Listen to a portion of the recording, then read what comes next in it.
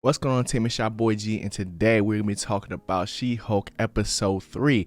This is our recap, man. So, new series on the block. Y'all been loving the reaction videos for She-Hulk, so I'm definitely gonna come at y'all with some recaps as well. And today, man, the big question is, how did Abomination really escape, bro? Because we all seen Shang-Chi. What we don't know is how Abomination got into the fighting pit, bro, to fight Wong. So my guess initially was just that Wong came through the cell and snatched him up and brought him over there. Just because of the way they showed it, they didn't show no destruction of the facilities. They didn't show anything of that nature. And for how far he actually went, there's only a couple ways Abomination could have got there that fast. So getting the answer to that was a really dope thing in this episode. And we also got introduced to Wong. So Wong popping up everywhere in the MCU now as the Sorcerer Supreme. Even though I love his character, he still needs some help, you know what I'm saying? Because this is still before Doctor Strange and the Multiverse of Madness. So he's definitely gonna need a little bit more training than just fighting Abomination, who has no real motive to fight right now, especially when he finna get out of jail. But let's get back to the main star of this show, man, Jennifer Walters. Now,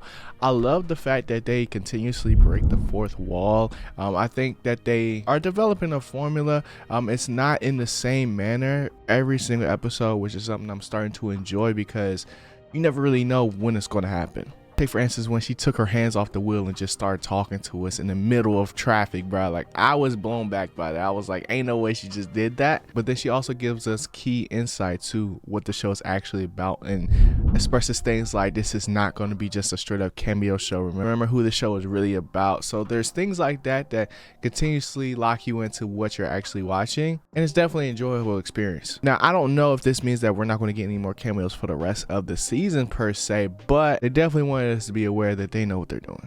As far as the actual story, Jen is still pretty delusional in how people perceive her as She-Hulk and as Jennifer Walters, the lawyer. But I'm sure as we go along, she'll get used to it and find her own way in coping with the fact that this is never going away. We also see that Megan Thee Stallion makes her first appearance in the MCU. First through dialogue, but then we actually get to see her later on in the episode. So that was super dope. I love me some Megan Thee Stallion. The role she played was herself. So no pressure, just a fun add-in to this story, and it allowed for like really effective storytelling, connecting the A and B stories. But then we get to the actual trial or probation hearing for Abomination, man, and honestly it really did feel like he's been dealt a bad hand. Now whether you actually believe that he's changed or not is up to you. Now, as far as like Wong's involvement in this whole thing, Wong is a Sorcerer Supreme, so he's above the law at this point. And as soon as he gives his testimony, that man just dips out. But I really want to talk about the Hulk mythos, right? And all these characters that we're getting introduced to, from, you know, Abomination to a possible Thunderbolts cameo that might be coming down the line. Like, I like the way that they're building this thing up. And then we also got the fact that Hulk is on a ship right now, going off to some far planet. Maybe it has something to do with Guardians of the Galaxy. Maybe it has something to do with Eternals. I'm not really sure. I couldn't really tell based off the ship. But with the addition of adding the Wrecking Crew to this episode, who else could have wanted the DNA from a Hulk other than Thunderbolt Ross? Especially with the Thunderbolt show coming out soon.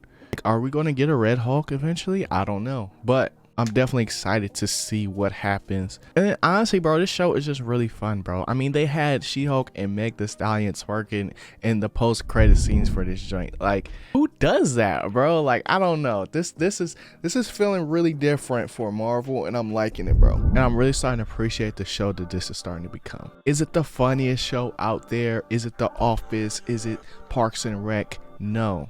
But is it a Marvel sitcom? Yes. So let me know what y'all think in the comment section below. That's it for this recap. We'll be back next week. If y'all enjoyed it, hit that like button down below for your boy. And if you want to see more videos like this, hit that subscribe button. I'm gonna holler at y'all in the next video, man. Y'all be easy on the vibes. Always keep growing, so you're going to be your boy G. I'm gone. Peace.